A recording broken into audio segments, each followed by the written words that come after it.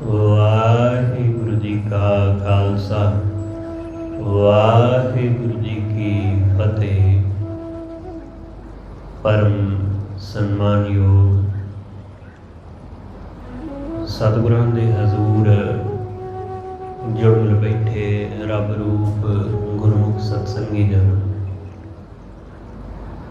ਸਤਿਗੁਰੂ ਜੀ ਦੀ ਰਹਿਮਤ ਬਖਸ਼ਿਸ਼ ਦਾ ਸਦਕਾ ਗੁਰੂ ਦਰ ਤੇ ਜੁੜਨ ਦਾ ਸੁਭਾਗ ਸਮਾਂ ਨਸੀਬ ਹੋਇਆ। ਸਤਿਗੁਰੂ ਜੀ ਦੀ ਪਿਆਰੀ ਬਾਣੀ ਦਾ ਕੀਰਤਨ ਗੁਰੂ ਕੇ ਪਿਆਰੇ ਕੀਰਤਨੀਆਂ ਪਾਸੋਂ ਆਪ ਜੀ ਨੇ ਸਰਵਣ ਕੀਤਾ। ਸਤਿਗੁਰੂ ਜੀ ਦੀ ਰਹਿਮਤ ਨਾਲ ਗੁਰੂ ਦਰ ਤੇ ਜੁੜ ਕੇ ਵਾਹਿਗੁਰੂ ਨਾਲ ਜੁੜਨ ਦਾ ਨਿਮਾਣਾ ਜਿਹਾ ਉਪਰਾਲਾ ਕਰ ਰਹੇ ਹਾਂ। ਗੁਰੂ ਅਰਜੁਨ ਦੇਵ ਮਹਾਰਾਜ ਅੱਜ ਦੇ ਇਸ ਪਾਵਨ ਸ਼ਬਦ ਅੰਦਰ ਸਾਨੂੰ ਸੋਝੀ ਦਿੰਦਿਆਂ ਹੋਇਆਂ ਸਮਝਾਉਂਦੇ ਨੇ ਕਿ ਸਾਧੂ ਜਨ, ਗੁਰਮੁਖ ਜਨ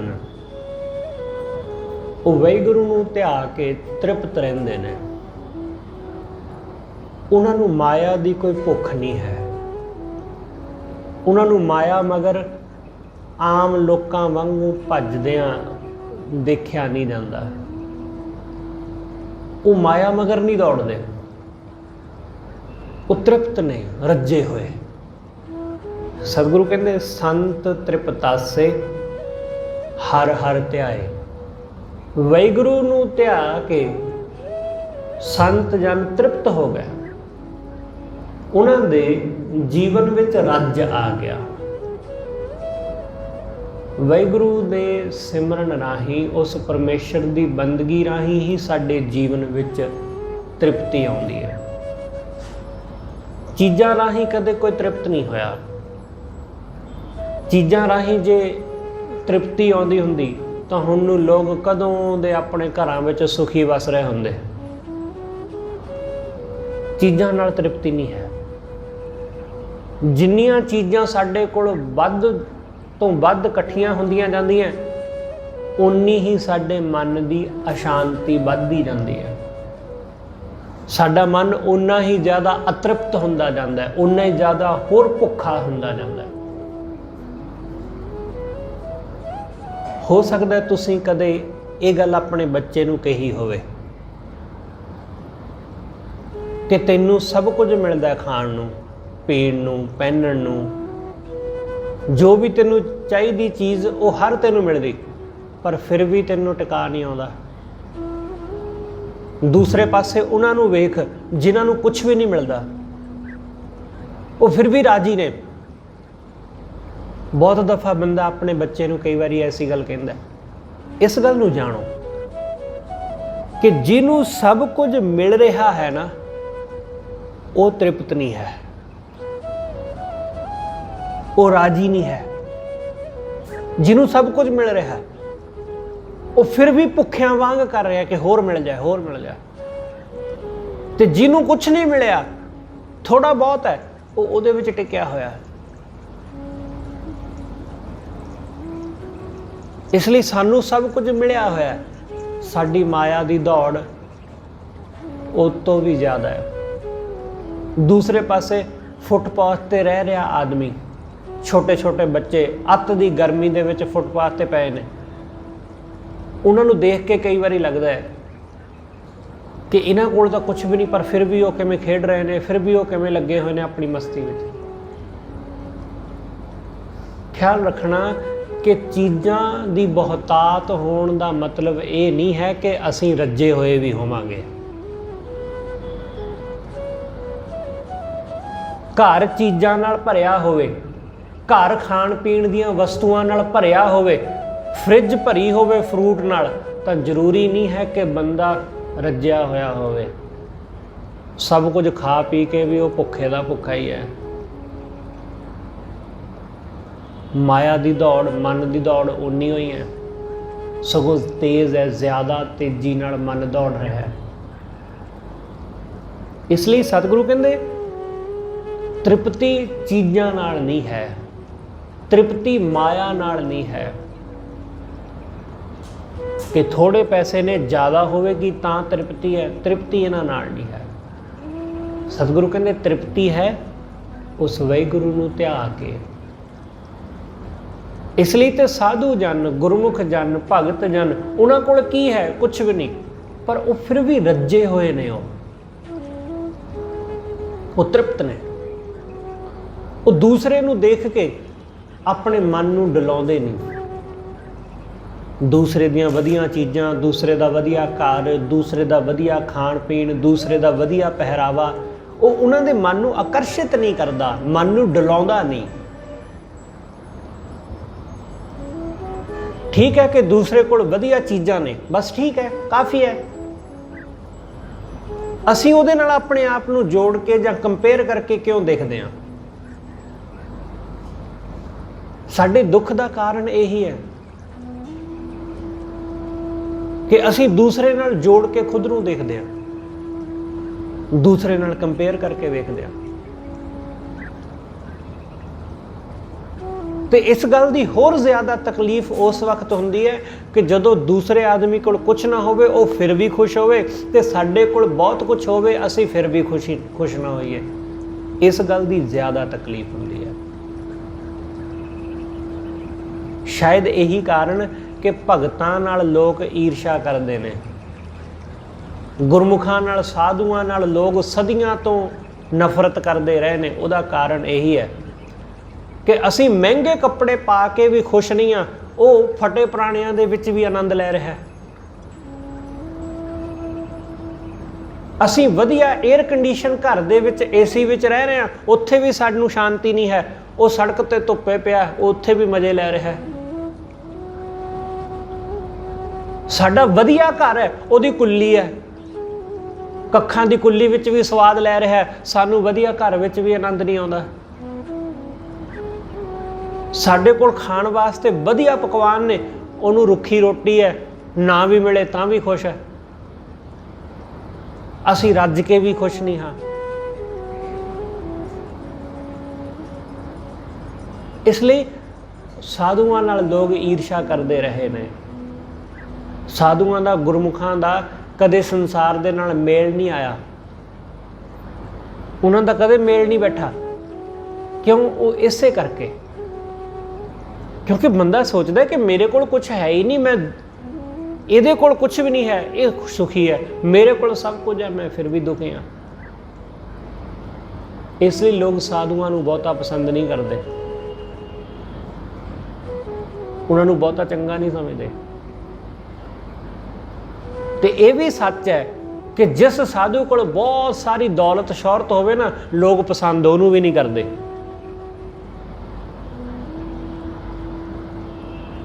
ਤੁਸੀਂ ਵੇਖਿਆ ਹੋਣਾ, ਲੋਕ ਉਸ ਨੂੰ ਵੀ ਪਸੰਦ ਨਹੀਂ ਕਰਦੇ, ਕਿਉਂਕਿ ਜਿਹੜੀ ਗੱਡੀ ਸਾਡੇ ਕੋਲ ਨਹੀਂ ਹੈ, ਉਹਦੇ ਕੋਲ ਹੈ। ਜਿੰਨੀ ਜ਼ਮੀਨ ਸਾਡੇ ਕੋਲ ਨਹੀਂ ਹੈ, ਉਹਦੇ ਕੋਲ ਹਜ਼ਾਰਾਂ ਏਕੜ ਹੈ। ਇਹ ਵੀ ਬੰਦੇ ਨੂੰ ਤਕਲੀਫ ਦਿੰਦੀ ਹੈ ਗੱਲ ਵੀ। ਇਸ ਲਈ ਅਸੀਂ ਕਿਸੇ ਵੀ ਤਰ੍ਹਾਂ ਸਾਧੂ ਨੂੰ ਐਕਸੈਪਟ ਨਹੀਂ ਕਰਦੇ, ਚਾਹੇ ਉਹਦੇ ਕੋਲ ਕੁਝ ਹੋਵੇ ਚਾਹੇ ਨਾ ਹੋਵੇ, ਕਿਉਂਕਿ ਸਾਡਾ ਸੁਭਾਅ ਹੀ ਐਸਾ ਬਣ ਗਿਆ। ਇਹ ਅਤ੍ਰਿਪਤ ਬੰਦੇ ਦੇ ਲੱਛਣ ਨੇ। ਅਤ੍ਰਿਪਤ, ਜਿਹਨੂੰ ਮਾਇਆ ਦੀ ਭੁੱਖ ਹੈ, ਕਿ ਉਹ ਕਿਸੇ ਤਰ੍ਹਾਂ ਵੀ ਰਾਜੀ ਨਹੀਂ, ਨਾ ਉਹ ਕਿਸੇ ਨੂੰ ਸੁਖੀ ਦੇਖ ਕੇ ਰਾਜੀ ਹੈ, ਨਾ ਉਹ ਕਿਸੇ ਨੂੰ ਦੁਖੀ ਦੇਖ ਕੇ ਰਾਜੀ ਹੈ, ਕਿਉਂਕਿ ਉਹ ਆਪ ਸੁੱਖ ਤੇ ਦੁੱਖ ਵਿੱਚ ਉਲਝਿਆ ਹੋਇਆ। ਜਿਸ ਦਿਨ ਸਾਡੇ ਖੁਦ ਦੇ ਜੀਵਨ ਵਿੱਚ ਸਬਰ ਭਰਿਆ ਹੁੰਦਾ ਹੈ, ਜਿਸ ਵਕਤ ਅਸੀਂ ਖੁਦ ਸੁਖੀ ਹੁੰਦੇ ਹਾਂ, ਆਨੰਦ ਨਾਲ ਭਰੇ ਹੁੰਦੇ ਹਾਂ, ਉਦੋਂ ਸਾਨੂੰ ਹਰ ਚੀਜ਼ ਪਿਆਰੀ ਲੱਗਦੀ ਹੈ। ਸਾਨੂੰ ਕਿਸੇ ਨਾਲ ਫਿਰ ਕੋਈ ਮਤਲਬ ਨਹੀਂ ਹੁੰਦਾ ਹੈ, ਅਸੀਂ ਆਨੰਦ ਵਿੱਚ ਹੁੰਦੇ ਹਾਂ। ਇਸ ਲਈ ਸਹਿਜ ਵਿੱਚ ਟਿਕਣਾ, ਬਸ ਸਹਿਜ, ਸਹਿਜ, ਤੇ ਸਹਿਜ ਉਸ ਨੂੰ ਧਿਆ ਕੇ ਹੀ ਆਉਂਦਾ ਹੈ। ਸਹਿਜ ਦੇ ਨਾਲ ਹੀ ਤ੍ਰਿਪਤੀ ਆ ਜਾਂਦੀ ਹੈ। ਜਿਵੇਂ ਜਿਵੇਂ ਉਹਨੂੰ ਧਿਆਉਂਦੇ ਆ, ਉਵੇਂ ਉਵੇਂ ਸਹਿਜ ਆਉਂਦਾ ਜਾਂਦਾ ਹੈ, ਉਵੇਂ ਉਵੇਂ ਮਨ ਟਿਕਦਾ ਜਾਂਦਾ ਹੈ। ਜਿਵੇਂ ਜਿਵੇਂ ਮਨ ਟਿਕਦਾ ਜਾਂਦਾ ਹੈ, ਉਵੇਂ ਉਵੇਂ ਮਨ ਰੱਜਦਾ ਵੀ ਜਾਂਦਾ ਹੈ, ਮਨ ਤ੍ਰਿਪਤ ਹੁੰਦਾ ਜਾਂਦਾ ਹੈ। ਤੁਸੀਂ ਜਿੰਨਾ ਸਹਿਜ ਵਿੱਚ ਟਿਕੇ ਹੋਵੋਗੇ, ਰੋਗਾਂ ਤੋਂ, ਦੁੱਖਾਂ ਤੋਂ, ਬਿਮਾਰੀਆਂ ਤੋਂ ਓਨਾ ਹੀ ਬਚੋਗੇ। ਦੇਖ ਲਓ ਇਸ ਗੱਲ ਨੂੰ ਅਜ਼ਮਾ ਕੇ ਆਪਣੇ ਜੀਵਨ ਵਿੱਚ। ਜਿਹੜਾ ਆਦਮੀ ਜਿੰਨਾ ਜ਼ਿਆਦਾ ਸਹਿਜ ਨਾਲ ਭਰਿਆ, ਜਿੰਨਾ ਜ਼ਿਆਦਾ ਸਹਿਣਸ਼ੀਲਤਾ ਨਾਲ ਭਰਿਆ, ਓਨਾ ਹੀ ਜ਼ਿਆਦਾ ਉਹ ਰੋਗਾਂ ਤੋਂ, ਦੁੱਖਾਂ ਤੋਂ ਬਚਿਆ ਹੋਇਆ। ਜਿਸ ਬੰਦੇ ਅੰਦਰ ਸਹਿਣਸ਼ੀਲਤਾ ਨਹੀਂ ਹੈ, ਉਹ ਰੋਗਾਂ ਵਿੱਚ ਗ੍ਰਸਤ ਹੈ, ਉਹ ਰੋਗੀ ਹੈ। ਉਹਨੂੰ ਕੁਛ ਨਾ ਕੁਛ ਰੋਗ ਚੰਬੜਿਆ ਰਹਿੰਦਾ, ਰੋਜ਼ ਕੋਈ ਨਾ ਕੋਈ ਬਿਮਾਰੀ, ਕੋਈ ਨਾ ਕੋਈ ਰੋਗ ਉਹਨੂੰ ਚੰਬੜਿਆ ਰਹਿੰਦਾ। ਇਸ ਲਈ ਜਦੋਂ ਵੀ ਤੁਸੀਂ ਉਹਨੂੰ ਮਿਲੋਗੇ, ਕਦੇ ਸਿਰ ਫੜ ਕੇ ਬੈਠਾ ਹੋ, ਕਦੇ ਲੱਕ ਫੜ ਕੇ ਬੈਠਾ ਹੋ, ਕਦੇ ਪੇਟ ਫੜ ਕੇ ਬੈਠਾ ਹੋ, ਕਦੇ ਗੈਸ ਬਣੀ ਹੈ ਇਸ ਚੱਕਰ 'ਚ ਬੈਠਾ ਹੈ, ਕਦੇ ਸਿਰ ਬਹੁਤ ਜ਼ਿਆਦਾ ਪੀੜ ਕਰਦਾ ਹੈ, ਕਦੇ ਬਲੱਡ ਪ੍ਰੈਸ਼ਰ ਘਟਿਆ, ਕਦੇ ਵਧਿਆ। ਜਦੋਂ ਤੁਸੀਂ ਜਾਓਗੇ, ਉਹ ਹਰ ਵੇਲੇ ਇਸੇ ਹਾਲਤ ਵਿੱਚ ਤੁਹਾਨੂੰ ਮਿਲੇਗਾ।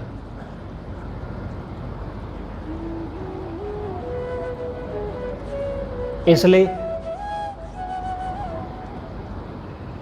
ਆਪਣੇ ਅੰਦਰ ਸਹਿਜ, ਸਹਿਣਸ਼ੀਲਤਾ, ਐਸੇ ਗੁਣ ਪੈਦਾ ਕਰਨਾ, ਇਹ ਗੁਣ ਤੁਹਾਨੂੰ ਰੋਗਾਂ ਤੋਂ ਵੀ ਮੁਕਤ ਕਰ ਦੇਣਗੇ।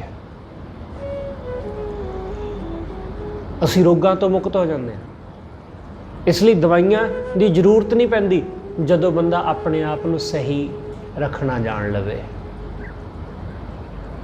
ਸਤਿਗੁਰੂ ਸਮਝਾਉਂਦੇ, ਵਾਹਿਗੁਰੂ ਨੂੰ ਧਿਆ ਕੇ ਬੰਦਾ ਤ੍ਰਿਪਤ ਹੋ ਗਿਆ, ਸਾਧੂ ਜਨ ਤ੍ਰਿਪਤ ਹੋ ਗਏ, ਰੱਜ ਗਏ। ਸੰਤ ਤ੍ਰਿਪਤਾਸੇ ਹਰ ਹਰ ਧਿਆਏ, ਕਰ ਕਿਰਪਾ ਆਪਣੇ ਨਾਏ ਲਾਏ। ਵਾਹਿਗੁਰੂ ਨੇ ਕਿਰਪਾ ਕਰਕੇ ਉਹਨਾਂ ਨੂੰ ਆਪਣੇ ਨਾਮ ਨਾਲ ਜੋੜ ਲਿਆ। ਉਹਨੇ ਕਿਰਪਾ ਕਰਕੇ ਉਹਨਾਂ ਨੂੰ ਆਪਣੇ ਨਾਮ ਵਿੱਚ ਲਾ ਲਿਆ। ਕਰ ਕਿਰਪਾ ਆਪਣੇ ਨਾਏ ਲਾਏ, ਸਰਬ ਸੁਖ ਪ੍ਰਭ ਤੁਮਰੀ ਰਜ਼ਾਏ। ਹੇ ਸੱਚੇ ਪਾਤਸ਼ਾਹ, ਸਾਰੇ ਸੁੱਖ ਤੇਰੀ ਰਜ਼ਾ ਵਿੱਚ ਨੇ, ਉਹਦੇ ਭਾਣੇ ਵਿੱਚ ਸੁੱਖ ਨੇ, ਉਹਦੀ ਰਜ਼ਾ ਵਿੱਚ। ਇਸ ਲਈ ਉਹਦੀ ਰਜ਼ਾ ਵਿੱਚ ਰਹਿਣ ਦਾ ਬੜਾ ਸੁੱਖ ਹੈ, ਉਹਦੀ ਰਜ਼ਾ ਵਿੱਚ ਰਾਜ਼ੀ ਹੋਣ ਦਾ, ਕਿ ਜਿੱਥੇ ਉਹਨੇ ਰੱਖਿਆ ਉੱਥੇ ਰਾਜ਼ੀ ਹੋ ਜਾਵੋ, ਉੱਥੇ ਖੁਸ਼ ਹੋ ਜਾਓ ਕਿ ਵਾਹਿਗੁਰੂ ਦਾ ਸ਼ੁਕਰ ਹੈ ਜਿੱਥੇ ਉਹਨੇ ਮੈਨੂੰ ਰੱਖਿਆ, ਮੈਂ ਬੜਾ ਖੁਸ਼ ਹਾਂ, ਮੈਂ ਬੜਾ ਆਨੰਦਿਤ ਹਾਂ। ਇਹ ਗੱਲ ਕਹਿਣ ਲਈ ਨਾ ਹੋਵੇ, ਇਹ ਗੱਲ ਸਿਰਫ ਦਿਖਾਵੇ ਮਾਤਰ ਨਾ ਹੋਵੇ, ਇਹ ਗੱਲ ਸਾਡੇ ਅੰਦਰੋਂ ਨਿਕਲੀ ਹੋਵੇ, ਹਿਰਦੇ ਵਿੱਚੋਂ, ਕਿ ਮੈਂ ਖੁਸ਼ ਹਾਂ ਜਿੱਥੇ ਵਾਹਿਗੁਰੂ ਨੇ ਰੱਖਿਆ, ਜੋ ਉਹਨੇ ਦੇ ਦਿੱਤਾ ਹੈ ਮੈਂ ਉਹਦੇ ਵਿੱਚ ਰਾਜ਼ੀ ਹਾਂ। ਚਾਹੇ ਕੋਈ ਮੈਨੂੰ ਦੁੱਖ ਦੇ ਰਿਹਾ ਹੈ, ਚਾਹੇ ਕੋਈ ਮੈਨੂੰ ਸੁੱਖ ਦੇ ਰਿਹਾ ਹੈ, ਵਾਹਿਗੁਰੂ ਨੇ ਜਿੱਥੇ ਰੱਖਿਆ ਮੈਂ ਉੱਥੇ ਆਪਣੇ ਆਪ ਨੂੰ ਟਿਕਾਈ ਰੱਖਣਾ ਹੈ। ਕੋਈ ਬੰਦਾ ਤੁਹਾਡੇ ਨਾਲ ਜੈਸਾ ਸਲੂਕ ਕਰ ਰਿਹਾ ਉਹਨੂੰ ਕਰ ਲੈਣ ਦਿਓ, ਕਿਉਂਕਿ ਉਹ ਕੀ ਕਰ ਸਕਦਾ ਹੈ? ਜਿਸ ਬੰਦੇ ਦੇ ਕੋਲ ਜੋ ਹੋਵੇਗਾ ਉਹ ਤੁਹਾਨੂੰ ਉਹੀ ਦੇਵੇਗਾ। ਜੇ ਕੋਈ ਆਦਮੀ ਦੁਖੀ ਹੈ ਤਾਂ ਉਹ ਤੁਹਾਨੂੰ ਦੁੱਖ ਹੀ ਦੇ ਸਕਦਾ ਹੈ, ਜੇ ਕੋਈ ਆਦਮੀ ਸੁਖੀ ਹੈ ਤਾਂ ਉਹ ਤੁਹਾਨੂੰ ਸੁੱਖ ਦੇ ਸਕਦਾ ਹੈ। ਸਾਡੇ ਕੋਲ ਜੋ ਹੁੰਦਾ ਹੈ ਅਸੀਂ ਉਹੀ ਦਿੰਦੇ ਹਾਂ। ਜਿਸ ਬੰਦੇ ਕੋਲ ਈਰਸ਼ਾ ਹੈ ਉਹ ਈਰਸ਼ਾ ਵੰਡਦਾ ਫਿਰਦਾ ਲੋਕਾਂ ਨੂੰ, ਜਿਹਦੇ ਕੋਲ ਗੁੱਸਾ ਹੈ ਉਹ ਗੁੱਸਾ ਵੰਡਦਾ ਫਿਰਦਾ।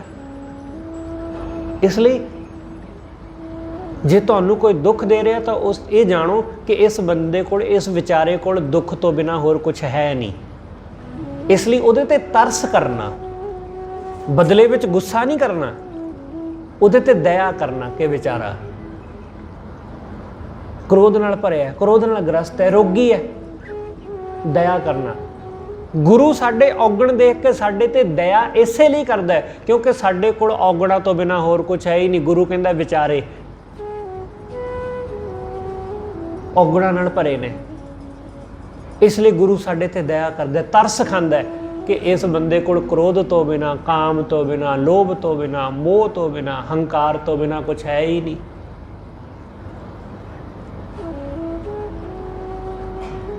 ਇਸ ਲਈ ਜਦੋਂ ਕਿਸੇ ਬੰਦੇ ਨੂੰ ਇਸ ਤਰ੍ਹਾਂ ਦੇਖੋ ਤਾਂ ਉਹਦੇ ਨਾਲ ਕ੍ਰੋਧ ਨਾ ਕਰਨਾ, ਉਹਦੇ ਨਾਲ ਈਰਸ਼ਾ ਨਾ ਕਰਨਾ, ਸਗੋਂ ਉਹਦੇ ਤੇ ਤਰਸ ਖਾਣਾ ਕਿ ਵਾਹਿਗੁਰੂ ਇਹਦੇ ਤੇ ਰਹਿਮਤ ਕਰ ਕਿ ਇਸ ਨੂੰ ਸੋਝੀ ਆ ਜਾਵੇ। ਉਹਦੇ ਨਾਲ ਈਰਸ਼ਾ ਨਫ਼ਰਤ ਕਰਨ ਦੀ ਜ਼ਰੂਰਤ ਨਹੀਂ। ਜੇ ਅਸੀਂ ਵੀ ਉਹਦੇ ਨਾਲ ਈਰਸ਼ਾ ਨਫ਼ਰਤ ਕਰਾਂਗੇ ਵੀ ਸਾਡੇ ਤੇ ਉਹਦੇ ਵਿੱਚ ਫਰਕ ਕੀ ਰਹਿ ਜਾਏਗਾ? ਜਿਹੋ ਜਿਹਾ ਉਹ ਵੈਹੋ ਜਿਹਾ ਅਸੀਂ। ਡਿਫਰੈਂਸ ਕੀ ਰਹਿ ਗਿਆ ਸਾਡੇ ਅੰਦਰ? ਇੱਕੋ ਜਿਹਾ ਹੋ ਗਿਆ ਫਿਰ ਦੋਨੋਂ। ਉਹਨੇ ਵੀ ਗੁੱਸਾ ਕੀਤਾ, ਤੁਸੀਂ ਵੀ ਅੱਗੋਂ ਗੁੱਸਾ ਕਰ ਲਿਆ, ਤੇ ਫਿਰ ਦੋਨੋਂ ਜਿਵੇਂ ਦੋਨੋਂ ਪੱਥਰ ਨੇ ਨਾ, ਜਦੋਂ ਪੱਥਰ ਆਪਸ ਵਿੱਚ ਟਕਰਾਉਣਗੇ ਤਾਂ ਫਿਰ ਚੰਗਿਆੜੇ ਤਾਂ ਨਿਕਲਣਗੇ ਨਾ, ਅੱਗ ਤਾਂ ਨਿਕਲੇਗੀ ਜਦੋਂ ਪੱਥਰ ਪੱਥਰ ਵਿੱਚ ਟਕਰਾਏਗਾ। ਇਸ ਲਈ ਕਲੇਸ਼ ਤਾਂ ਹੋਣਾ ਫਿਰ ਸੁਭਾਵਿਕ ਹੈ। ਇਸ ਲਈ ਅਕਸਰ ਅਸੀਂ ਕਹਿੰਦੇ ਰਹਿੰਦੇ ਹਾਂ ਕਿ ਜੇ ਸਾਹਮਣੇ ਵਾਲਾ ਆਦਮੀ ਮੂਰਖ ਹੋਵੇ ਤਾਂ ਇੱਕ ਜਾਣੇ ਨੂੰ ਸਿਆਣਾ ਬਣ ਜਾਣਾ ਚਾਹੀਦਾ ਹੈ। ਜੇ ਸਾਹਮਣੇ ਵਾਲਾ ਚੁੱਪ ਨਹੀਂ ਕਰ ਰਿਹਾ ਤਾਂ ਬੰਦੇ ਨੂੰ ਆਪ ਚੁੱਪ ਕਰ ਜਾਣਾ ਚਾਹੀਦਾ ਹੈ, ਕਿਉਂਕਿ ਸਤਿਗੁਰੂ ਕਹਿੰਦੇ ਮੂਰਖ ਨਾਲ ਨਾ ਲੁੱਝੀਏ। ਮੂਰਖ ਨਾਲ ਨਹੀਂ ਲੁੱਝੀਦਾ, ਕਿਉਂਕਿ ਮੂਰਖ ਬੰਦੇ ਨੂੰ ਜਿੰਨਾ ਮਰਜ਼ੀ ਸਮਝਾਓ, ਉਹਨੂੰ ਜਿੰਨਾ ਮਰਜ਼ੀ ਕਹੋ, ਉਹਨੇ ਸਮਝਣਾ ਹੀ ਨਹੀਂ, ਉਹਨੂੰ ਸਮਝ ਹੀ ਨਹੀਂ ਹੈ। ਇਸ ਲਈ ਉਹਦੇ ਨਾਲ ਲੁੱਝਣ ਦੀ ਲੋੜ ਨਹੀਂ। ਸਤਿਗੁਰੂ ਕਹਿੰਦੇ ਇਸ ਨੂੰ ਜਾਣੋ ਕਿ ਵਾਹਿਗੁਰੂ ਨੇ ਤੁਹਾਨੂੰ ਇੱਥੇ ਰੱਖਿਆ, ਐਸੇ ਬੰਦਿਆਂ ਦੇ ਵਿੱਚ ਰੱਖਿਆ, ਤਾਂ ਉਹ ਇਸ ਲਈ ਰੱਖਿਆ ਕਿ ਤੂੰ ਆਪਣੇ ਆਪ ਨੂੰ ਇਹਨਾਂ ਨੂੰ ਦੇਖ ਕੇ ਸਵਾਰ ਸਕੇ, ਖੁਦ ਨੂੰ ਸਵਾਰ ਸਕੇ ਕਿ ਇਹ ਬੰਦਾ ਐਸਾ ਹੈ, ਮੈਂ ਇਹੋ ਜਿਹਾ ਨਹੀਂ ਹੋਣਾ। ਕੋਈ ਗੁਣੀ ਦਿਸੇ, ਕੋਈ ਸਾਧੂ ਜਨ ਦਿਸੇ ਤਾਂ ਉਹਨੂੰ ਦੇਖ ਕੇ ਇਹ ਜਾਣਨਾ ਕਿ ਮੈਨੂੰ ਇਹਦੇ ਜੈਸਾ ਹੋਣਾ ਚਾਹੀਦਾ ਹੈ। ਇਸ ਲਈ ਦੂਸਰੇ ਦੇ ਔਗਣ ਦੇਖ ਕੇ ਸਿੱਖੀਦਾ ਕਿ ਇਸ ਬੰਦੇ ਅੰਦਰ ਇਹ ਔਗਣ ਹੈ, ਮੇਰੇ ਅੰਦਰ ਨਾ ਇਹ ਹੋਵੇ। ਐਸਾ ਜਿੱਥੇ ਵਾਹਿਗੁਰੂ ਨੇ ਰੱਖਿਆ ਉੱਥੇ ਰਾਜ਼ੀ ਹੋ ਜਾਵੋ, ਚਾਹੇ ਤੁਹਾਡੇ ਆਲੇ ਦੁਆਲੇ ਚੰਗੇ ਲੋਕ ਰਹਿੰਦੇ ਨੇ ਚਾਹੇ ਮੰਦੇ, ਚਾਹੇ ਤੁਹਾਡਾ ਸੰਬੰਧ ਕਿਸੇ ਵਧੀਆ ਬੰਦੇ ਨਾਲ ਹੈ ਚਾਹੇ ਕਿਸੇ ਘਟੀਆ ਬੰਦੇ ਨਾਲ। ਬਸ ਇਸ ਨੂੰ ਜਾਣੋ ਕਿ ਵਾਹਿਗੁਰੂ ਨੇ ਸਾਨੂੰ ਇਹ ਸਾਰਾ ਮਾਹੌਲ ਬਖਸ਼ਿਆ, ਚੰਗਿਆਂ ਜਾਂ ਮੰਦਿਆਂ ਲੋਕਾਂ ਦੀ ਸੰਗਤ ਉਹਨੇ ਬਖਸ਼ੀ ਹੈ। ਜਦੋਂ ਇਸ ਤਰ੍ਹਾਂ ਅਸੀਂ ਉਹਦੀ ਰਜ਼ਾ ਜਾਣ ਲੈਂਦੇ ਹਾਂ ਤਾਂ ਫਿਰ ਦੁੱਖ ਕਾਹਦਾ ਰਹਿ ਗਿਆ। ਜਦ ਪਰਮੇਸ਼ਰ ਨੇ ਮੈਨੂੰ ਰੱਖਿਆ ਐਸੇ ਮਾਹੌਲ ਵਿੱਚ ਤਾਂ ਫਿਰ ਦੁੱਖ ਵਾਲੀ ਤਾਂ ਕੋਈ ਗੱਲ ਹੀ ਨਹੀਂ, ਉਹਨੇ ਕੁਝ ਭਲਾ ਸੋਚ ਕੇ ਰੱਖਿਆ ਹੋਣਾ। ਇਸ ਕਰਕੇ ਸਤਿਗੁਰੂ ਕਹਿੰਦੇ ਸਰਬ ਸੁਖ ਪ੍ਰਭ ਤੁਮਰੀ ਰਜ਼ਾਏ, ਹੇ ਵਾਹਿਗੁਰੂ ਤੇਰੀ ਰਜ਼ਾ ਵਿੱਚ ਸੁਖ ਹੈ, ਤੇਰੇ ਭਾਣੇ ਵਿੱਚ ਸੁਖ ਹੈ। ਸਰਬ ਦੁੱਖ ਜਿਸ ਜਬ ਵਿਸਰੈ ਸੁਆਮੀ, ਸਤਿਗੁਰੂ ਕਹਿੰਦੇ ਸਾਰੇ ਦੁੱਖ ਆ ਚੰਬੜਦੇ ਨੇ ਜਦੋਂ ਬੰਦੇ ਨੂੰ ਵਾਹਿਗੁਰੂ ਭੁੱਲ ਜਾਂਦਾ ਹੈ, ਜਦੋਂ ਪਰਮੇਸ਼ਰ ਭੁੱਲ ਜਾਂਦਾ ਹੈ। ਇਸ ਲਈ ਕ੍ਰੋਧੀ ਆਦਮੀ ਸਮਝਣਾ ਕਿ ਉਹਨੂੰ ਪਰਮੇਸ਼ਰ ਭੁੱਲਿਆ ਹੋਇਆ, ਕਿਉਂਕਿ ਕ੍ਰੋਧ ਆਉਂਦਾ ਹੀ ਉਦੋਂ ਹੈ ਜਦੋਂ ਬੰਦੇ ਨੂੰ ਸਭ ਕੁਝ ਭੁੱਲ ਜਾਏ, ਉਹਨੂੰ ਆਪਣੇ ਆਪ ਦਾ ਚੇਤਾ ਰਹਿੰਦਾ, ਉਹਨੂੰ ਹੋਰ ਕੁਝ ਨਹੀਂ। ਸਤਿਗੁਰੂ ਕਹਿੰਦੇ ਜਦੋਂ ਪਰਮੇਸ਼ਰ ਭੁੱਲਦਾ ਹੈ ਉਦੋਂ ਬੰਦਾ ਦੁਖੀ ਹੁੰਦਾ ਹੈ। ਸਰਬ ਦੁਖ ਜਬ ਵਿਸਰੈ ਸੁਆਮੀ, ਇਹਾਂ ਉਹਾਂ ਕਾਮ ਨਾ ਪ੍ਰਾਨੀ। ਸਤਿਗੁਰੂ ਕਹਿੰਦੇ ਇਹ ਜੋ ਤੂੰ ਕਾਰਜ ਕਰ ਰਿਹਾ ਨਾ ਮਾਇਆ ਦੇ, ਈਰਸ਼ਾ ਨਫ਼ਰਤ ਦੇ, ਇਹ ਕਾਰਜ ਤੇਰੇ ਇੱਥੇ ਉੱਥੇ ਕਿਤੇ ਕੰਮ ਆਉਣ ਵਾਲੇ ਨਹੀਂ। ਬੰਦੇ ਨੂੰ ਲੱਗਦਾ ਕਿ ਇਹ ਚੀਜ਼ਾਂ ਮੈਂ ਜੋੜ ਲਵਾਂਗਾ, ਹੇਰਾ ਫੇਰੀ ਕਰਕੇ ਪੈਸਾ ਜੋੜ ਲਵਾਂਗਾ, ਇਹ ਮੇਰੇ ਕੰਮ ਆਏਗਾ। ਸਤਿਗੁਰੂ ਕਹਿੰਦੇ ਇਹ ਕੰਮ ਆਉਣ ਵਾਲਾ ਨਹੀਂ ਹੈ। ਜਿਹੋ ਜਿਹਾ ਪੈਸਾ ਹੁੰਦਾ ਉਹ ਵੈਸਾ ਹੀ ਨਿਕਲਦਾ। ਜੇ ਇਮਾਨਦਾਰੀ ਦਾ ਪੈਸਾ ਹੈ ਤਾਂ ਉਹ ਤੁਹਾਡੇ ਕੋਲ ਟਿਕੇਗਾ, ਜੇ ਬੇਈਮਾਨੀ ਦਾ ਹੈ ਤਾਂ ਉਹ ਜੈਸਾ ਆਇਆ ਉਹ ਵੈਸਾ ਹੀ ਜਾਵੇਗਾ। ਤੁਸੀਂ ਬਹੁਤ ਵਾਰੀ ਇਸ ਗੱਲ ਨੂੰ ਆਪਣੇ ਜੀਵਨ ਵਿੱਚ ਪਰਖਿਆ ਹੋਵੇਗਾ, ਨਹੀਂ ਪਰਖਿਆ ਤਾਂ ਵੇਖ ਲੈਣਾ ਆਜ਼ਮਾ ਕੇ। ਜਿਹੜੀ ਚੀਜ਼ ਤੁਹਾਡੀ ਆਪਣੀ ਹੈ, ਇਮਾਨਦਾਰੀ ਦੀ, ਮਿਹਨਤ ਦੀ ਹੈ, ਸੱਚੀ ਸੁੱਚੀ ਕਿਰਤ ਦੀ ਹੈ, ਉਹ ਚੀਜ਼ ਤੁਹਾਡੇ ਹੱਥੋਂ ਛੇਤੀ ਨਹੀਂ ਖੁੱਸਦੀ, ਛੇਤੀ ਨਹੀਂ ਖੁੱਸਦੀ। ਜਿਹੜੀ ਚੀਜ਼ ਹੇਰਾ ਫੇਰੀ ਕਰਕੇ ਅਸੀਂ ਇਕੱਠੀ ਕੀਤੀ ਹੈ, ਬਣਾਈ ਹੈ, ਜੋੜੀ ਹੈ, ਉਹ ਚੀਜ਼ ਬਹੁਤੀ ਦੇਰ ਟਿਕਦੀ ਨਹੀਂ, ਬਹੁਤੀ ਦੇਰ ਟਿਕਦੀ ਨਹੀਂ। ਮੇਰਾ ਇੱਕ ਮਿੱਤਰ ਹੈ, ਉਹਨੇ ਮੈਨੂੰ ਆਪਣਾ ਫੋਨ ਦਿਖਾਇਆ। ਉਹ ਕਹਿੰਦਾ ਇਹ ਮੇਰਾ ਫੋਨ 5-6 ਵਾਰੀ ਵੱਖ-ਵੱਖ ਥਾਵਾਂ ਤੇ ਗੁੰਮਿਆ, ਵੱਖ-ਵੱਖ ਥਾਵਾਂ ਤੇ, ਮੈਨੂੰ ਪਤਾ ਹੀ ਨਹੀਂ, ਡਿੱਗ ਪਿਆ ਫੋਨ। ਮੈਂ ਘਰ ਆ ਗਿਆ, ਘਰ ਆ ਕੇ ਦੇਖਿਆ ਫੋਨ ਨਹੀਂ ਹੈ। ਕਹਿੰਦਾ ਮੈਂ ਚੰਡੀਗੜ੍ਹ ਤੋਂ ਲੁਧਿਆਣੇ ਨੂੰ ਜਾ ਰਿਹਾ ਸੀ, ਰਸਤੇ ਵਿੱਚ ਡਿੱਗ ਪਿਆ, ਜੇਬ ਵਿੱਚੋਂ ਮੋਬਾਈਲ ਮੋਟਰਸਾਈਕਲ ਤੇ ਜਾ ਰਿਹਾ ਸੀ, ਪਰ ਕਿਸੇ ਨੇ ਚੁੱਕ ਲਿਆ। ਜਿਹਨੇ ਚੁੱਕਿਆ, ਫੋਨ ਆਇਆ ਕਿਸੇ ਦਾ ਫੋਨ ਦੇ ਉੱਤੇ, ਉਸਨੇ ਦੱਸਿਆ ਕਿ ਭਾਈ ਤੁਹਾਡਾ ਫੋਨ ਡਿੱਗ ਪਿਆ। ਕਹਿੰਦਾ ਫੋਨ ਮੇਰੇ ਤੱਕ ਪਹੁੰਚ ਗਿਆ ਲੁਧਿਆਣੇ। ਦੂਸਰੀ ਵਾਰੀ ਫਿਰ ਡਿੱਗਿਆ, ਇਸ ਤਰ੍ਹਾਂ ਲਗਾਤਾਰ 4-5 ਵਾਰੀ ਡਿੱਗਿਆ। ਉਹ ਕਹਿੰਦਾ ਮੈਂ ਇਸ ਤੋਂ ਇਹ ਜਾਣਿਆ ਕਿ ਜਿਹੜੀ ਚੀਜ਼ ਤੁਹਾਡੀ ਇਮਾਨਦਾਰੀ ਦੀ ਹੈ ਉਹ ਤੁਹਾਡੇ ਤੱਕ ਪਹੁੰਚ ਜਾਂਦੀ ਹੈ, ਜਿਹੜੀ ਤੁਹਾਡੇ ਹੱਕ ਦੀ ਹੈ। ਉਹ ਕਹਿੰਦਾ ਮੈਂ ਐਸਾ ਵੀ ਆਪਣੇ ਜੀਵਨ ਵਿੱਚ ਪਰਖਿਆ ਕਿ ਜਿੱਥੇ ਮੈਂ ਕੋਈ ਮਾੜੀ ਮੋਟੀ ਬੇਈਮਾਨੀ ਕੀਤੀ ਹੈ ਨਾ, वो चीज़ मेरे को टिकी नहीं। जे कोई मैं माड़ा मोटा 1 10 50 100 किसी नाल बेईमानी की तो वो मेरे को डबल होके निकलिया। इसलिए जिहड़ी चीज़ साडी ईमानदारी दी है वो साडे कोलों कोई नहीं खो सकता है। जिथे असी बेईमानी करते हैं, जिथे असी कुछ माड़ा करते हैं, जिथे असी कुछ भी किसी तरह का माड़ा विचार भी करते हैं तो वो साडे लई नुकसानदायक होंदा है। इस करके सतगुरु समझाउंदे, सतगुरु कहते इहां उहां काम ना प्राणी। ये माड़ियां चीज़ां जिहड़े माड़े कम्मां करके हासिल कीतियां, सतगुरु कहते ये इत्थे उत्थे काम नहीं आउंदियां, ये लोक परलोक विच सहाई नहीं हुंदियां। इसलिए बंदा दुखी हुंदा है जदों वो परमात्मा नूं विसारदा है। संत तृप्तासे हर हर ध्याए, संत जन वाहिगुरू नूं ध्या के तृप्त हो गए। कर किरपा अपने नाए लाए, वाहिगुरू ने किरपा करके उन्होंने अपने नाल जोड़ लिया। सर्व सुख प्रभ तुमरी रजाए, हे सच्चे पातशाह सारे सुख तेरी रजा विच ने, सब सुख तेरे भाणे विच रहा। संग होवत को जानत दूर, सतगुरु कहते जिहड़ा परमात्मा हर वेले बंदे दे संग है, नाल है, उस नूं बंदा हमेशा दूर जानदा है, उन्होंने दूर समझी बैठा है। संग होवत को जानत दूर, सो जन मरता नित नित झूर। जिहड़ा बंदा परमात्मा नूं दूर जानदा है, उन्होंने अपने नेड़े नहीं समझदा, सतगुरु कहते नित खुआर हुंदा है, नित नित मरदा है। सतगुरु कहते नित नित झूरदा है, वो अंदरों अंदरी, अंदरों अंदरी झुरदा जांदा है, अंदरों अंदरी खपदा जांदा है। जिवें किसी लकड़ नूं घुण लगदा है ना, तो बाहरों देखण नूं लकड़ बिल्कुल साफ सुथरी लगदी, पर अंदरों वो बिल्कुल गल चुकी हुंदी है, अंदर कुछ भी नहीं है, अंदरों खोखली हो गई। बिल्कुल ऐसा ही जिहड़ा उस वाहिगुरू नूं विसार दिंदा है, जिहड़ा उहनूं अपने नेड़े वसदे नूं कदे जाणदा ही नहीं, सतगुरु कहंदे वो भी अंदरों खोखला हो जाता है, हौली हौली मरन लग जाता है, हौली हौली मर जाता है। जिन सब किश दिया तिस चित वित ना है, जिस परमात्मा ने सारा कुछ दिता है, जिन्हें बड़ियां रहमतां बख्शिशां कीतियां, इन्नियां दातां बख्शियां, सतगुरु कहंदे उहनूं कदे चेतदा ही नहीं, उहनूं कदे सिमरदा ही नहीं। जिन सब किश दिया तिस चितवत ना है, महा विख्या में दिन रैन जा है। महा विख्या विच उहदा विषयां विकारां दे विच सतगुरु कहंदे दिन रात गुजरदा है, काम क्रोध विच, लोभ मोह विच, उहदा दिन रात वासनावां विच ही गुजरदा है, माया विच। कहो नानक प्रभ सिमरो एक, सतगुरु कहंदे उस प्रभु नूं सिमरो, उस परमेश्वर नूं, उस एक तो बिना कोई दूसरा मन विच ना होवे। इसदा भाव यह है कि वाहिगुरू तो बिना मन विच कोई माया दा फुरना, कोई ख्याल, कोई विचार कुछ ना होवे। जदों तुसीं उहनूं सिमरो तां सिर्फ उसे नूं सिमरो, जदों तुसीं पाठ करो तां सिर्फ पाठ करो, कुछ होर नहीं। कुछ भी तुसीं करो, जदों तुसीं घर बह के रोटी खाओ तां सिर्फ रोटी खाओ, होर कुछ ना करो। ना मन कुछ करे, ना अखां कुछ इधर उधर होर देखण। असीं लोग बड़े अजीब ढंग नाल अपने घर दे कार विहार करते हैं कि जदों असीं रोटी खांदे हां नाल मोबाइल फोन रख लैंदे हां, जां टीवी ला लैंदे हां, जां अपने आले दुआले बैठे अपने परिवार के मैंबरां नाल गल्लां बातां विच लग जांदे हां। इसलिए असीं उस चीज़ का, उस खाने का पूरी तरह कदे रस, कदे स्वाद लै ही नहीं पाते।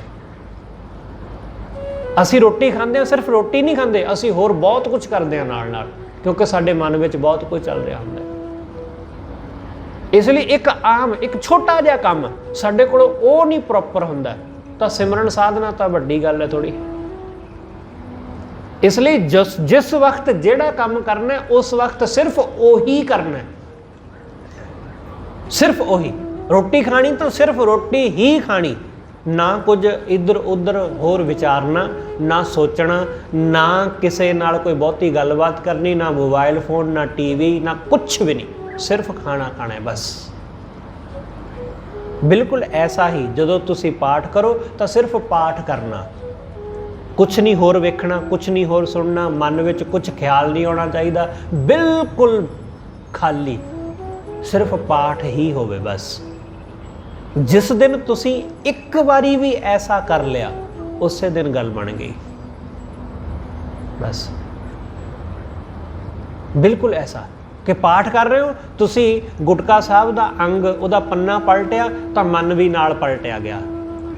बस इस ढंग नाल एक एक अखर जदों तुसी इस ढंग नाल अपने मन अंदर पढ़ोगे विचारोगे तो हिरदे विच वसदा जाएगा, फिर गल बनेगी, उस दिन गल बनेगी, उस तो पहला नहीं। ऐसा ही हर चीज़ नूं ऐसा ही कर लवो कि कीर्तन सुनो तो सिर्फ कीर्तन सुनो, कथा सुनो तो सिर्फ कथा सुनो, गुरु दे कोल बैठो तो बस उहदे कोल ही बैठो, होर कुछ भी ना होवे मन विच। गुरु दे घर नूं आ रहे होवो तो सिर्फ गुरु घर नूं ही आ रहे हो, मन विच कुछ होर नहीं चल रहा। बस ऐसा ही असी शरीर करके गुरु घर नूं आ रहे हुंदे आ, मन करके किसी होर पासे जा रहे हुंदे आ। इसलिए असी गुरु दे घर विच पहुँच के भी कदे पहुँचते नहीं। सतगुरु कहंदे उस नूं चित बना जिन्हें सब कुछ दिता है। तुहानूं अपने घर की कोई भी चीज़ दिखाई देवे तो उस नूं देख के परमात्मा का चेता आवे, बाहर की कोई चीज़ दिखाई देवे तो परमात्मा का चेता आवे। किसी का रूप देखो तो परमेश्वर दिसे, किसी के धी पुत्र नूं देखो तो परमेश्वर दिखे, हर चीज़ परमात्मा नाल जोड़दी हुई प्रतीत होवे। सतगुरु कहंदे इस तरह फिर विखिया नहीं पाउंदी, फिर माया विच गलतान नहीं हुंदा बंदा। इस करके सतगुरु कहंदे जिन्हां ने परमात्मा नूं नहीं कदे चितविया उन्हां दा दिन रात माया विच ही गुजरदा है। उन्हां दा पाठ करना भी माया विच गुजरदा है, उन्हां दा सिमरन करना भी माया विच गुजरदा है, क्योंकि मन विच तां माया ही चल रही है। मन विच ते वासनावां दीयां गल्लां चल रही हैं, इसलिए उन्हां दे धार्मिक कर्म भी वो बेकार चले जाते हैं। सतगुरु कहंदे उस एक नूं सिमरो, बस उहदे तो बिना कोई दूसरा मन विच ना होवे। कहो नानक प्रभ सिमरो एक, गत पाई है पूरे गुर टेक। जदों साडे मन विच पूरे गुरु दी टेक हुंदी है, सिर्फ ओहदा टेक, ओहदी टेक, ओहदे तो बिना होर कुछ भी नहीं, फिर गति हुंदी है, फिर गति हुंदी, उस तो बिना गति नहीं हुंदी। तुसी बहुत दफ़ा ऐसा सुनिया होवेगा कि फलाना आदमी मर गया, उहदी गति कराउणी है, उहदी गति कराउण लई लोग कहंदे जी हरद्वार जाओ, उहदी गति कराउणी है जी फलानी थां जाओ, फलाना पाठ कराओ, फलाना पुराण दा पाठ कराओ, फिर उहदी गति होएगी। इंज किसी दी गति हुंदी है जां नहीं हुंदी ये रब जाणे, पर साडी गति उदों हुंदी है जदों असी गुरु दी टेक लैंदे आ, जदों गुरु दा आसरा लैंदे आ। गुरु तो बिना जदों साडे मन विच होर कुछ हुंदा ही नहीं। इसलिए सिख गुरु तो बिना होर कोई टेक नहीं लैंदा है, उहदी टेक सिर्फ ते सिर्फ गुरु है। तुसी बहुत दफ़ा सुनिया होवेगा कि शब्द दी टेक की है। रागी ਸਿੰਘਾਂ ने शब्द पढ़िया, उन्होंने किसी शब्द दी टेक लई है। टेक का मतलब कि जिहड़ी पंक्ति नूं बार बार पढ़िया जांदा है, बार बार वो टेक है, बाकी शब्द जिहड़ा है उहदे नाल नाल चलदा है। एक पंक्तियां दो पंक्तियां पढ़िया गईयां, फिर टेक वाले शब्द नूं दोहराया जाता है, फिर दो पंक्तियां पढ़िया गईयां, फिर टेक वाले शब्द नूं दोहराया गया।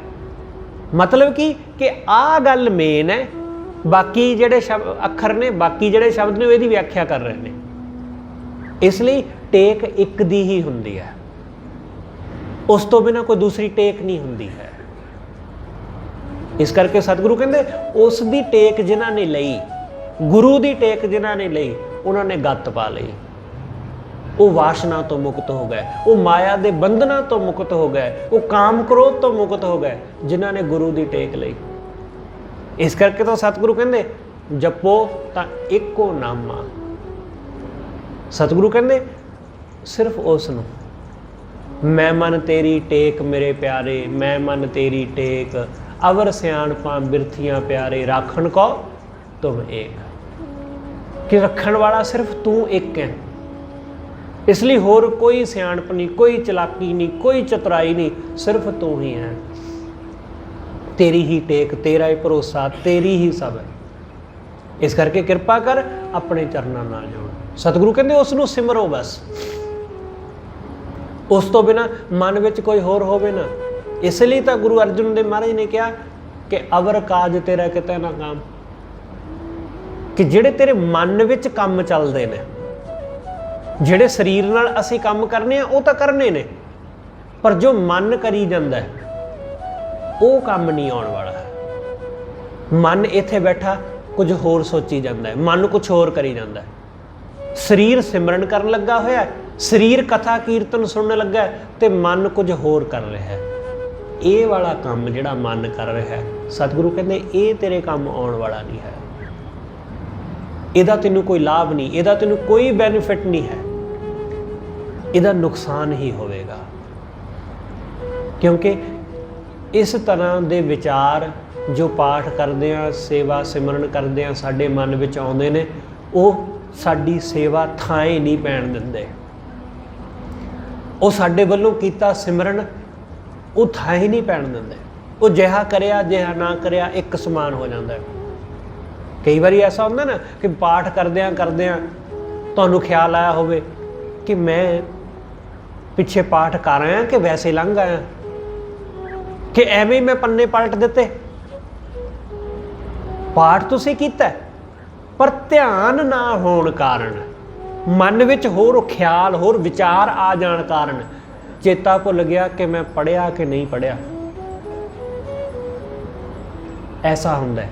ਇਸ ਲਈ ਇਹੋ ਜਿਹਾ ਜਦੋਂ ਅਸੀਂ ਇਸ ਤਰ੍ਹਾਂ ਪੜ੍ਹ ਕੇ ਲੰਘ ਜਾਂਦੇ ਹਾਂ ਤੇ ਖੁਦ ਨੂੰ ਪਤਾ ਹੀ ਨਹੀਂ ਚੱਲਦਾ ਕਿ ਪੜ੍ਹਿਆ, ਤਾਂ ਇਹ ਪਾਠ ਇਹੋ ਜਿਹਾ ਕਰਮ ਉਹ ਥਾਂ ਹੀ ਨਹੀਂ ਪੈਂਦਾ, ਉਹਦਾ ਲਾਭ ਨਹੀਂ ਹੁੰਦਾ।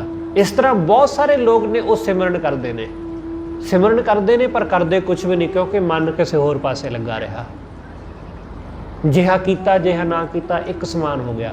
ਬਸ ਉਹਨੂੰ, ਇੱਕ ਬੰਦੇ ਨੂੰ ਇਹ ਆਪਣੇ ਆਪ ਦੇ ਵਿੱਚ ਇਹ ਸੈਟਿਸਫੈਕਸ਼ਨ ਰਹਿੰਦੀ ਹੈ ਕਿ ਮੈਂ ਤਾਂ ਜੀ ਬੜਾ ਸਿਮਰਨ ਕੀਤਾ, ਜਦ ਕਿ ਕੀਤਾ ਉਹਨੇ ਕੁਝ ਵੀ ਨਹੀਂ। ਧਿਆਨ ਉਹਦਾ ਕਿਤੇ ਹੋਰ ਰਿਹਾ। ਉਹ ਕਹਿੰਦਾ ਜੀ ਮੈਂ 1 ਘੰਟਾ ਸਿਮਰਨ ਰੋਜ਼ ਕਰਦਾ, 1 ਘੰਟੇ ਵਿੱਚੋਂ ਭਾਵੇਂ 1 ਮਿੰਟ ਵੀ ਉਹਦਾ ਧਿਆਨ ਨਾ ਜੁੜਦਾ ਹੋਵੇ। ਕਿਉਂਕਿ ਗੱਲ ਤਾਂ ਸਤਿਗੁਰੂ ਕਹਿੰਦੇ ਏਕ ਨਿਮਖ, ਜਿਹੜਾ ਇੱਕ ਨਿਮਖ ਹਿਰਦੇ ਵਿੱਚ ਵਸਾ ਲਵੇ ਗੱਲ ਬਣ ਗਈ। ਪਰ ਲੋਕ ਘੰਟਿਆਂ ਬੱਧੀ ਰਾਮ ਰਾਮ ਸਿਮਰਨ ਕਰਦੇ ਰਹਿੰਦੇ ਨੇ, ਪਰ ਗੱਲ ਨਹੀਂ ਬਣਦੀ, ਕਿਉਂਕਿ ਮਨ ਵਿੱਚ ਕੁਝ ਹੋਰ ਚੱਲਦਾ ਰਹਿੰਦਾ ਹੈ। ਇਸ ਲਈ ਸਤਿਗੁਰੂ ਕਹਿੰਦੇ ਅਵਰ ਕਾਜ ਤੇਰਾ ਕਿਤੇ ਨਾ ਕਾਮ। ਉਸ ਇੱਕ ਤੋਂ ਬਿਨਾਂ ਕੋਈ ਮਨ ਵਿੱਚ ਦੂਸਰਾ ਨਾ ਹੋਵੇ, ਸਿਰਫ ਉਹੀ। ਕਹੋ ਨਾਨਕ ਪ੍ਰਭ ਸਿਮਰੋ ਏਕ। ਸਤਿਗੁਰੂ ਕਹਿੰਦੇ ਹੇ ਨਾਨਕ ਉਸ ਵਾਹਿਗੁਰੂ ਨੂੰ ਸਿਮਰੋ, ਗੱਤ ਪਾਈਐ ਗੁਰ ਪੂਰੇ ਟੇਕ। ਪੂਰੇ ਗੁਰੂ ਦੀ ਟੇਕ ਰਾਹੀਂ, ਪੂਰੇ ਗੁਰੂ ਦੇ ਆਸਰੇ ਰਾਹੀਂ ਮੁਕਤੀ ਪ੍ਰਾਪਤ ਹੁੰਦੀ ਹੈ, ਗਤੀ ਮਿਲਦੀ ਹੈ। ਇਸ ਲਈ ਜੇ ਅਸੀਂ ਚਾਹੁੰਦੇ ਹਾਂ ਕਿ ਸਾਡੀ ਗਤੀ ਹੋਵੇ, ਅਸੀਂ ਜਿਉਂਦੇ ਜੀ ਗਤੀ ਨੂੰ ਹਾਸਲ ਕਰ ਲਈਏ, ਮੁਕਤੀ ਹਾਸਲ ਕਰ ਲਈਏ, ਤਾਂ ਗੁਰੂ ਦੇ ਚਰਨਾਂ ਨਾਲ ਜੁੜੀਏ। ਅਸੀਂ ਬਾਅਦ ਵਿੱਚ ਕਹਿੰਦੇ ਹਾਂ ਜਦੋਂ ਪ੍ਰਾਣੀ ਮਰ ਜਾਂਦਾ, ਜਦੋਂ ਅਸੀਂ ਤੁਰ ਜਾਵਾਂਗੇ ਦੁਨੀਆ ਤੋਂ, ਫਿਰ ਸਾਡੇ ਸੰਬੰਧ ਵਿੱਚ ਕੋਈ ਹੋਰ ਕਹਿ ਦੇਗਾ, ਸਾਡੇ ਪਰਿਵਾਰ ਦੇ ਮੈਂਬਰ, ਕੀਰਤਨ ਕਥਾ ਕਰਨ ਵਾਲੇ, ਅਰਦਾਸ ਕਰਨ ਵਾਲੇ ਕਹਿ ਦੇਣਗੇ ਕਿ ਵਾਹਿਗੁਰੂ ਇਹਨਾਂ ਨੂੰ ਆਪਣੇ ਚਰਨਾਂ ਨਾਲ ਜੋੜ ਲਈ। ਉਦੋਂ ਕੀ ਵਾਪਰੇਗਾ ਇਹ ਤਾਂ ਕੁਝ ਕਿਹਾ ਨਹੀਂ ਜਾ ਸਕਦਾ, ਪਰ ਹਾਂ ਇਹ ਜ਼ਰੂਰ ਕਿਹਾ ਜਾ ਸਕਦਾ ਹੈ ਕਿ ਹੁਣ ਅਸੀਂ ਗੁਰੂ ਦੇ ਚਰਨਾਂ ਨਾਲ ਜੁੜ ਜਾਵਾਂਗੇ ਤਾਂ ਪੱਕਾ ਗੱਲ ਹੈ ਕਿ ਸਾਡੀ ਮੁਕਤੀ ਹੋ ਜਾਵੇਗੀ ਜਿਉਂਦੇ ਜੀ। ਸਤਿਗੁਰੂ ਕਹਿੰਦੇ ਮੂਏ ਹੋਏ ਜੋ ਮੁਕਤ ਦਿਓਗੇ, ਮੁਕਤ ਨਾ ਜਾਣੇ ਕੋਇਲਾ। ਕੌਣ ਜਾਣੇਗਾ ਕਿ ਮੈਂ ਮੁਕਤ ਹੋ ਗਿਆ ਮਰਨ ਤੋਂ ਬਾਅਦ। ਇਸ ਲਈ ਜਿਉਂਦੇ ਜੀ ਮਾਇਆ ਤੋਂ ਮੁਕਤ ਹੋਣਾ, ਇਹ ਸਿਰਫ ਤੇ ਸਿਰਫ ਗੁਰੂ ਦੇ ਚਰਨਾਂ ਦੀ ਟੇਕ ਰਾਹੀਂ ਹੁੰਦਾ ਹੈ। ਸਤਿਗੁਰੂ ਰਹਿਮਤ ਕਰੇ ਆਪਾਂ ਸਭ ਗੁਰੂ ਦੇ ਚਰਨਾਂ ਦੀ ਟੇਕ ਲੈ ਕੇ ਆਪਣੇ ਆਪ ਨੂੰ ਮਾਇਆ ਦੇ ਬੰਧਨਾਂ ਤੋਂ ਮੁਕਤ ਕਰ ਸਕੀਏ। ਹੋਈਆਂ ਭੁੱਲਾਂ ਲਈ ਖਿਮਾ ਸਤਿਗੁਰੂ ਜੀ ਅਤੇ ਆਪ ਸਰਬੱਤ ਸੰਗਤ ਬਖਸ਼ਣ ਜੋ। ਭੁੱਲਾਂ ਨਾ ਚਤਾਰਦੇ ਹੋਏ ਆਖੋ ਜੀ ਵਾਹਿਗੁਰੂ ਜੀ ਕਾ ਖਾਲਸਾ, ਵਾਹਿਗੁਰੂ ਜੀ ਕੀ ਫਤਿਹ।